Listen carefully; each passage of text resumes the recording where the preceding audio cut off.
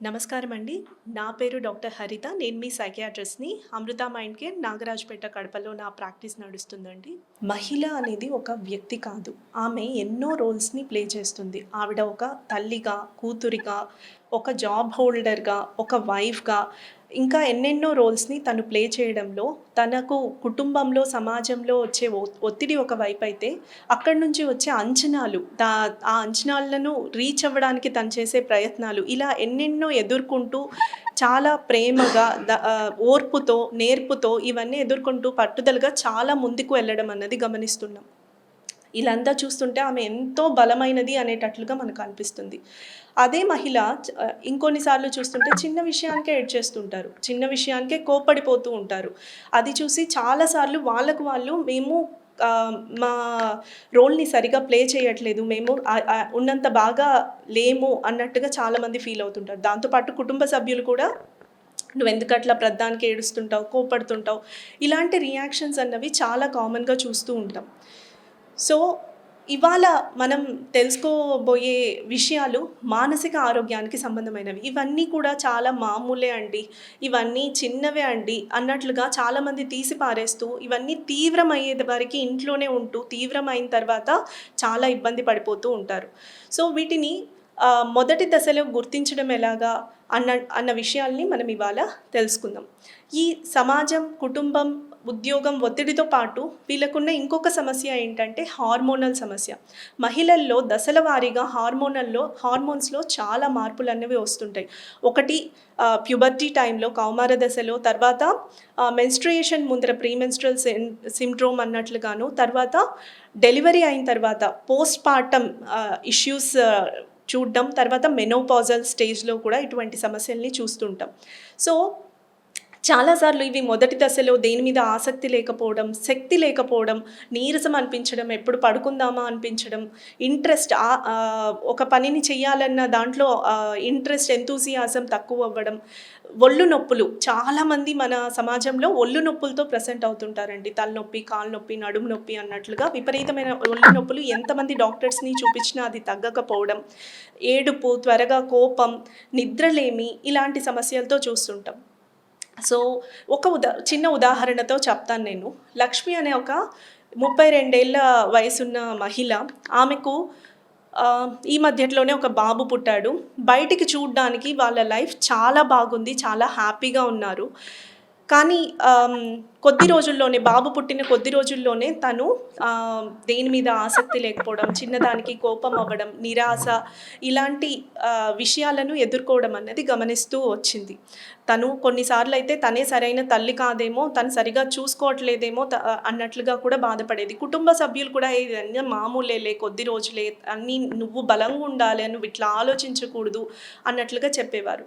కానీ ఫ్రెండ్ సలహాతో తను డాక్టర్‌ని సంప్రదించిన తర్వాత ఇది పోస్ట్ పార్టమ్ డిప్రెషన్ అని తను తెలుసుకొని, దానికి తగిన ట్రీట్మెంట్, తర్వాత దానికి తగిన కౌన్సెలింగ్స్ అన్నీ తీసుకొని తను బాగుపడ్డం. కుటుంబ సభ్యులు కూడా దీనికి సహకారం కనుపరచడం. ఇది ఇలాంటి జబ్బులున్నాయని డాక్టర్ ద్వారా వాళ్ళు కూడా తెలుసుకొని దానికి తగిన సహాయం చేయడానికి హెల్ప్ చేయడం అన్నది చూసాం. ముఖ్యమైన సారాంశం ఏమిటంటే మహిళలు వాళ్ళు ఎదుర్కొనే మానసిక సమస్యలు వాళ్ళ వీక్‌నెస్ కాదు. దానికి రకరకాల కారణాలుంటాయి అని తెలుసుకోవడమే ముఖ్యమైన సారాంశం. సో, వీటన్నింటికి ఇవాళ నేను డిస్కషన్‌లో వీటన్నింటిని ఎలా ఎదుర్కోవాలి అని చెప్పడంలో ఫస్ట్ స్టెప్ అవేర్‌నెస్ అండి. ప్రతి మహిళ, వాళ్ళ కుటుంబం కూడా మానసిక సమస్యలు ఎలా ఉంటాయి, వాటి సింప్టమ్స్ ఎట్లా ఉంటాయి అని తెలుసుకోవడం అన్నది చాలా ఇంపార్టెంట్. అవేర్‌నెస్ వచ్చిన తర్వాత దీన్ని ఏ దశలో ఏ విధంగా ట్రీట్ చేసుకోవాలి, ఎప్పుడు డాక్టర్ దగ్గరికెళ్ళాలి, ఎప్పుడు మనం వాళ్ళకు ఏ విధంగా సహాయపడొచ్చు అనే దాంట్లో కూడా పూర్తి అవగాహన కలిగి ఉండడం అన్నది చాలా అవసరం. ఇవన్నీ ఒక ఎత్తయితే మనకు మనంగా ఎలా సహాయం చేసుకోవచ్చు అనేది రెండవ ఎత్తు. మనం మహిళలు ఎన్నెన్నో విషయాలు, కొత్త స్కిల్స్‌ని నేర్చుకుంటున్నారు. అలానే ఈ ఎమోషనల్ స్కిల్స్‌ని కూడా నేర్చుకొని వాటిని బలపరుచుకోవడం అన్నది అసాధ్యమైనది కానే కాదు. దీంట్లో ముఖ్యంగా 4 విషయాల్ని మనం చూస్తామండి. ఫస్ట్ వచ్చేసేటప్పటికి సెల్ఫ్ అవేర్‌నెస్. అంటే వాళ్ళకున్న ఆందోళనను, వాళ్ళకున్న బాధను ఇవన్నీ కూడా వాళ్ళు గమనించుకోగలగడం. నేను బాలేను అని ప్రతిదానికి చెప్పే కన్నా నేనిప్పుడు అలసిపోయాను, నాకిప్పుడు తలనొప్పిగా ఉంది, లేదా నాకిప్పుడు విశ్రాంతి కావాలి, ఈ విధమైనది వాళ్ళకి ఏం బాలేదు అన్నది ఫస్ట్ స్టెప్ గమనించుకోవడం అన్నది చాలా ఇంపార్టెంట్ అవుతుంది. తర్వాత స్టెప్ వచ్చేసేటప్పటికి సెల్ఫ్ రెగ్యులేషన్. అంటే నాకు బాలేకపోతూనే గట్టి గట్టిగా అరిచేయడమో, ఏడ్చేయడమో కంటే కూడా ముందర వీటిని గుర్తించిన తర్వాత తగిన పద్ధతిలో హెల్తీ స్టైల్‌లో ఏ విధంగా దాన్ని నియంత్రించుకోవాలి అనే దానికి తగిన స్కిల్స్ కూడా వాళ్ళు నేర్చుకోవడం అన్నది ముఖ్యమవుతుంది. తర్వాత వచ్చేసేటప్పటికి హెల్తీ రిలేషన్షిప్స్ మెయింటైన్ చేయడంలో ముఖ్యమైన విషయం ఏంటంటే బౌండరీస్ ప్రాపర్గా సెట్ చేయడం. నాకు ఇది చేతనవుతుంది, చేత కాదు, ఈ టైంలో ఇది అవుతుంది, అవ్వదు అని వాళ్ళకు వాళ్ళు అవగాహన కలిగి ఉండడం, దానికి తగినట్టుగా ఎదుటి వాళ్ళతో హెల్తీ వేలో కమ్యూనికేట్ చేయడం. హెల్తీ బౌండరీ పెట్టడం అంటే ఇంకా విడిపోవడం అన్నట్లుగానో లేకపోతే తెగదెంపులు చేసుకోవడం అన్నట్లుగానో కాదు. దాన్ని ప్రాపర్గా కమ్యూనికేట్ చేయడము, నో అని సరైన టైంకి చెప్పగలగడం అన్నది చాలా ఇంపార్టెంట్ అవుతుంది. ముఖ్యమైనది 4వది ఇతరుల భావాలను అర్థం చేసుకోవడం, ఎంపతి. చాలాసార్లు మన భావాలు మనకు తీవ్ర స్థాయిలో ఉన్నప్పుడు ఎదుటి వాళ్ళ భావాలు మనకు సరిగా అర్థం కావు. దాన్ని కూడా మనం గమనించుకొని దీన్ని ఎమోషనల్ ఇంటెలిజెన్స్ అంటామండి. దీన్ని మనం ప్రాపర్గా ఇంప్రూవ్ చేసుకొని ముందటికి వెళ్ళడం మన మానసిక ఆరోగ్యంలో ఎంతో ముఖ్యమైన రోల్ ఉంటుంది. 8 మహిళా దినోత్సవం, అంతర్జాతీయ మహిళా దినోత్సవం సందర్భంగా అందరు మహిళలకు నేను శుభాకాంక్షలు తెలపాలనుకుంటున్నానండి. ఈ సంవత్సరం థీమ్ ఏంటంటే గివ్ టు గెయిన్.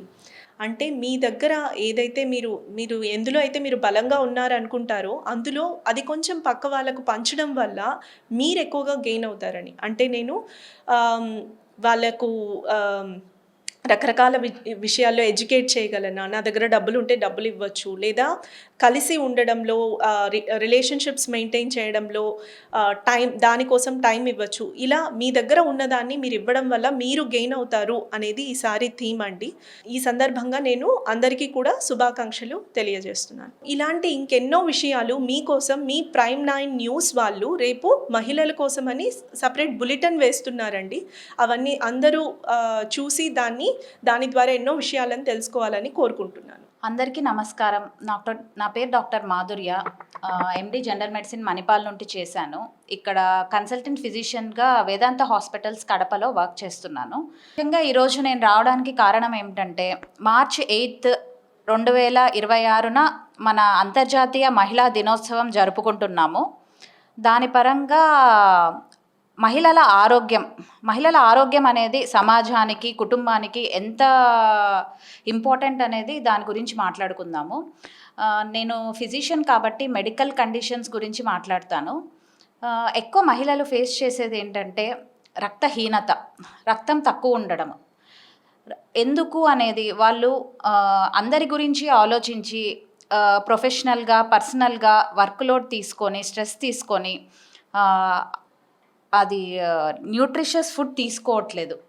ఎందుకు అంటే టైంకి ఫుడ్ తినడము, న్యూట్రిషియస్ ఫుడ్ తీసుకోకపోవడము, ఇలాంటి ఎన్నో సమస్యలు వాళ్ళు ఫేస్ చేస్తున్నారు. సో దాన్ని బట్టి రక్తం తగ్గిపోవడము, ఇంకా ఆడవాళ్ళ ప్రాబ్లమ్స్, బ్లీడింగ్ ఎక్కువ అవ్వడము, గర్భసంచి ప్రాబ్లమ్స్, ఇవన్నీ ఉండడం వల్ల వాళ్ళ రక్తహీనత ఎక్కువైపోయి major part of the women's health is on blood.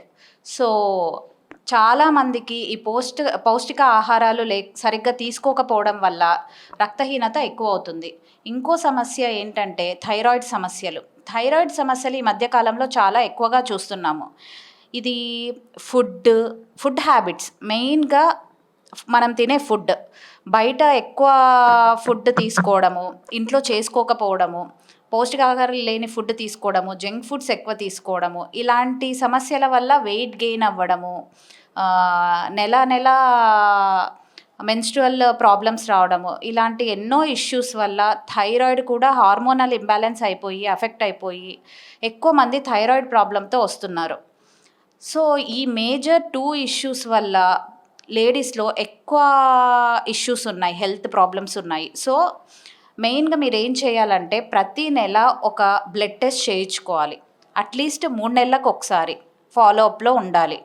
లేదా అవి కంట్రోల్లో ఉంటే 6 నెలలకు ఒకసారి లేదా సంవత్సరానికి ఒకసారి ఇలా ప్రతిసారి ఒక బ్లడ్ టెస్ట్ అంటూ ఫాలో అవుతూ ఉంటే మీ ఆరోగ్య సమస్యల్ని మీరు ఫాలో ఎలా ఉన్నాయి, ఏంటి, ఏమవుతుంది అన్నది చూసుకోవచ్చు.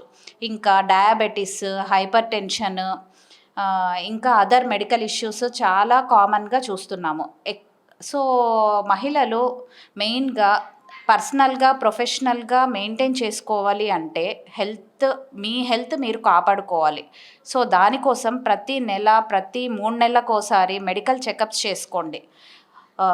ఇంకా మహిళలు ఈసారి 2026 ఉమెన్స్ థీమ్ ఏంటంటే గివ్ టు గెయిన్, అంటే లాభం పొందడానికి ఏదైనా అర్పించడం. సో మన ఉమెన్స్ హెల్త్ని కాపాడుకోవడానికి మనము ఏ రూపంలో అయినా ప్రతి ఒక్కరూ ఒక స్పాన్సర్షిప్ ఇవ్వడం, జాబ్స్ ఇవ్వడం, ఆపర్చునిటీస్ ఇవ్వడం, లేదా వాళ్ళ వర్క్ ప్రాసెస్ని ఎంకరేజ్ చేయడము, లేదా ఏదైనా ఇన్స్పైరింగ్ స్టోరీస్ని వాళ్ళకి ప్రజెంట్ చేయడము, వాళ్ళు ఇన్స్పైర్ అయ్యేలాగా చేయడము, వాళ్ళ పని వాళ్ళు కరెక్ట్గా చేసుకోవాలి అంటే మహిళల ఆరోగ్యం చాలా ఇంపార్టెంట్. సో మహిళలు మీరందరూ మీ ఆరోగ్యం ఫస్ట్ కాపాడుకోండి. మీరు బాగుంటేనే కుటుంబం బాగుంటుంది, సొసైటీ బాగుంటుంది. దీని గురించి మరిన్ని వివరాలు మీరు డీటెయిల్గా తెలుసుకోవాలి అంటే ప్రైమ్ 9 న్యూస్లో మహిళల గురించి బులెటిన్ వేస్తున్నారు. దాని గురించి మీరు ప్రైమ్ 9 న్యూస్ వాచ్ చేయండి. Very happy international women's day for everyone, all the women inspiring there.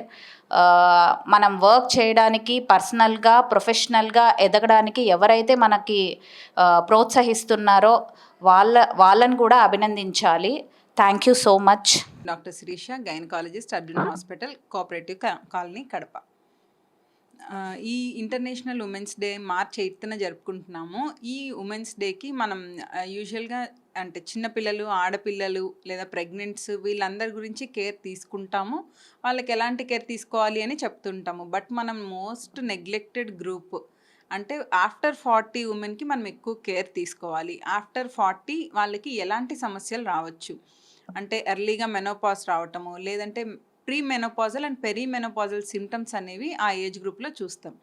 ఎలాంటి సిమ్టమ్స్ ఉంటాయి వాళ్ళకి అంటే హాట్ ఫ్లషెస్ ఉన్నట్టుండి వేడిగా అనిపించడం, చెమటలు పట్టడం, మూడ్ స్వింగ్స్ ఉండడము, లేదంటే పీరియడ్స్ వాళ్ళ సైకిల్స్ అనేవి ఇర్రెగ్యులర్గా ఐదర్ హెవీ బ్లీడింగ్ లేదంటే తక్కువ బ్లీడింగ్, ఇంకా చాలా ఇర్రెగ్యులారిటీస్ ఉంటాయి.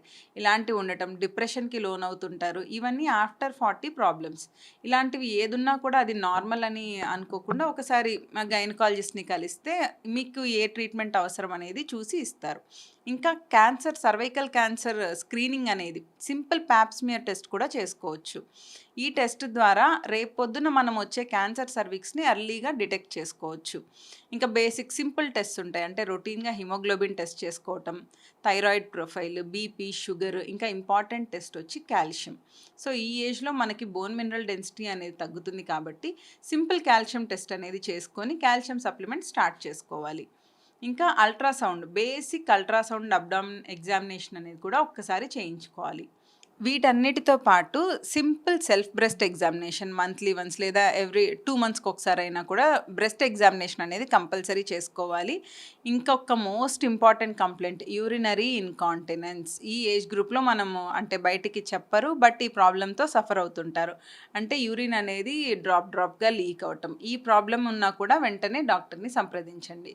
ఇంకా ఈ ప్రైమ్ 9 ఛానల్లో మనకి లేడీస్ హెల్త్ గురించి ఒక ప్రైమ్ బులెటిన్ అనేది రిలీజ్ చేయడం జరుగుతుంది. ఆడవాళ్ళందరూ ఈ బులెటిన్ని కంపల్సరీగా చూసి ఇంకా ఇంపార్టెంట్ హెల్త్ టిప్స్ని తెలుసుకోండి.